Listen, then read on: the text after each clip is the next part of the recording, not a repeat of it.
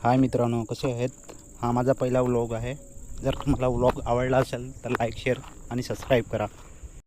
तर आज मला आमचं जे घर बांधलं आहे ना, ते घरच्यांनी जरा शिपायला लावलं, त्याच्यामुळे मी शिपतो आहे घर. तर हे बघा, आमचं घर नवीन बनवलं आहे. कंटाळा असा आला आहे तरी पण शिपायलाच लागेल, नाही तर घरचे भांडतील ना. तर आता काय करत आहो, वॅट शिपतून ना पलन पाणी पण काय ना काही दूर जायला लागत, जसं काय दुसऱ्या देशात जायला लागत. एवढे लांब टाकी ठेवली, ती टाकी पण आहे की शिपून भंगलो हो, काय ना काय भंगलो हो. एवढा भाऊ शिपायचा होता तर काय भंगवालच नाही आजचा साथं. तर बघा मित्रांनो, कसं आमचं नवीन घर आहे, मस्त आहे ना. घर तर शिकून झाला, आता जाय बरं अंग धावा. अरे यार, अंग धावा आलो पण टावेलच नाही आणले. जाय बरं टावेल आणायला.